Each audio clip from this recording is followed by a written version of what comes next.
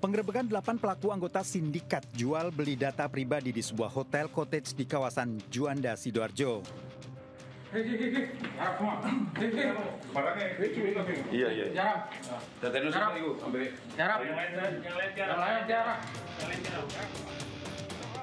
Setelah mengintai beberapa jam, polisi menggerebek para pelaku termasuk 2 wanita, diantaranya warga Porong Sidoarjo dan warga Mojo Anyar Mojokerto, sementara yang lainnya warga Jawa Timur dan Jawa Tengah. Para pelaku ini ditangkap tanpa perlawanan saat berada di dalam kamar hotel. Polisi mengamankan sejumlah barang bukti, ratusan KTP, ATM, dan rekening milik korban dari berbagai daerah di Jawa Timur dan Jawa Tengah. Para pelaku mendatangi sejumlah korban di wilayah pinggiran kota untuk mau memberikan data KTP dan nomor rekening bank dengan imbalan sejumlah uang antara 500 hingga 1 juta rupiah per KTP. Data pribadi dan nomor rekening kemudian dikirim ke Kamboja dan Vietnam untuk kepentingan judi online dengan imbalan uang tunai yang ditransfer dari pihak peminta data. Dari kasus jual beli data pribadi ini, polisi berhasil mengungkap perputaran uang dari para pelaku senilai 5 miliar rupiah. Mereka melakukan kejahatannya dengan mengumpulkan data-data itu, kemudian mendaftarkan pada rekening bank, mengaktifkan rekening dan m-bankingnya, dan rekeningnya langsung diambil alih oleh para pelaku ini untuk dikirimkan ke luar negeri, ke wilayah Kamboja, kemudian ke Vietnam. Untuk kepentingan pemeriksaan lebih lanjut, para pelaku diamankan di sel tahanan Polresta Sidoarjo untuk mengembangkan kasus judi online di Kamboja dan Vietnam yang datanya berasal dari warga negara Indonesia. Dari Sidoarjo, Jawa Timur, Pramono Putra, iNews melaporkan.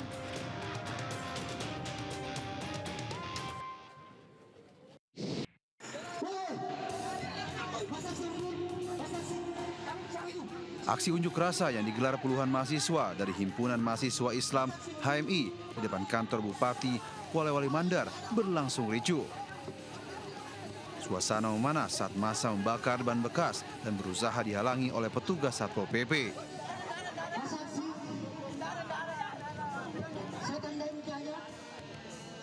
Massa pun menerobos masuk ke halaman kantor Bupati.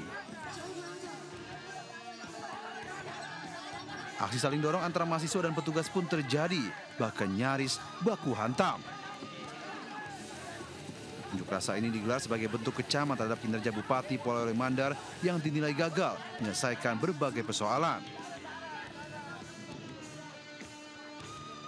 Massa juga menolak calon sekda yang pernah tersandung kasus pidana dan dinyatakan lolos seleksi.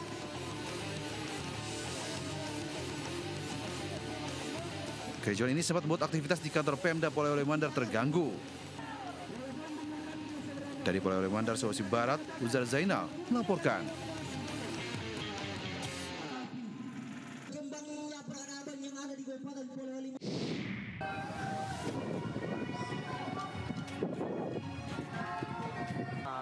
Kericuhan terjadi di kawasan alun-alun Kota Bangkalan saat lomba gerak jalan Agustusan akan dimulai. Belasan orang dari kelompok peserta berbeda tiba-tiba terlihat aksi saling serang. Dari penuturan saksi, setidaknya terjadi 2 kali insiden tawuran antar kelompok gerak jalan. Keributan baru bisa diredam setelah sejumlah personil TNI Polri turun tangan. Sementara menurut panitia, insiden tak menyenangkan ini terpicu saat salah satu kelompok peserta memaksa masuk ke barisan peserta lain.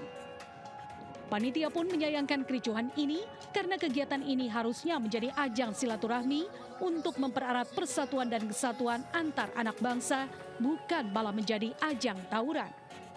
Dari Bangkalan, Jawa Timur, Taufik Syarawi, iNews melaporkan.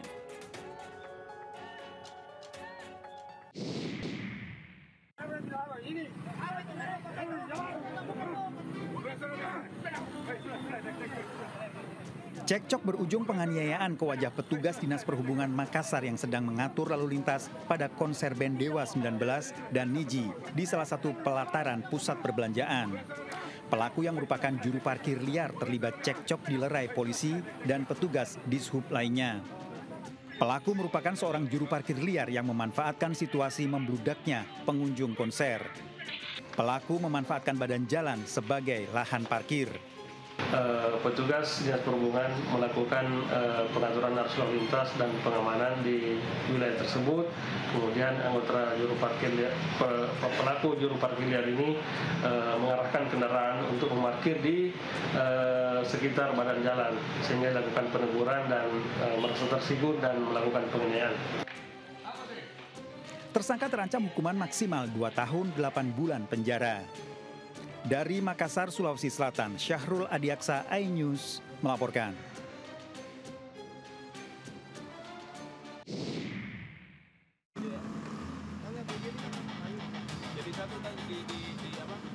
Polisi mencegah sebuah mobil yang melaju di Jalan Benyamin Sueb, Pademangan, Jakarta Utara. Selain meringkus 2 orang pria, petugas juga menggeledah isi kendaraan dan menemukan 2 tas di dalam bagasi. Di dalamnya, petugas mendapati 30 kg narkoba jenis sabu dalam kemasan teh Cina. Dari hasil pemeriksaan sementara, 30 kg sabu ini diduga akan dipasok ke kawasan Kampung Bahari, Tanjung Priok, Jakarta Utara. Kepada petugas, kedua tersangka mengaku hanya kurir dan menjalankan perintah dari seorang narapidana yang sedang mendekam dalam lapas Cipinang, Jakarta Timur. Untuk kepentingan penyidikan lebih lanjut, kedua tersangka dan barang bukti dibawa ke Unit 2 Subdit 5 Direktorat Tindak Pidana Narkoba Barreskrim Polri. Dari Jakarta, Helmi Sayangbati, iNews melaporkan.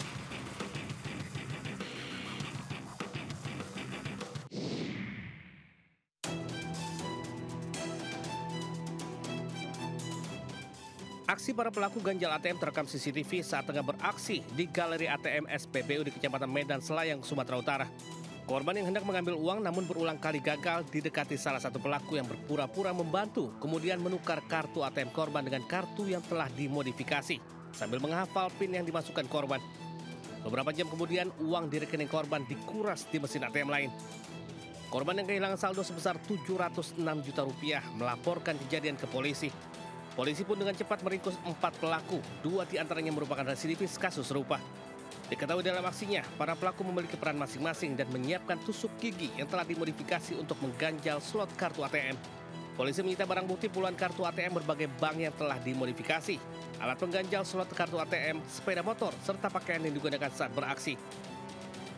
Akhirnya ketika Pak Liberty kembali ke rumah, maka pada saat itulah tersangka menghabiskan semua saldo yang ada di ATM milik Pak Liberty. Para pelaku bakal dijerat pasal tentang pencurian dengan pemberatan dengan ancaman hukuman maksimal 9 tahun penjara. Dari Medan, Sumatera Utara, Aminur Rasyid, iNews melaporkan.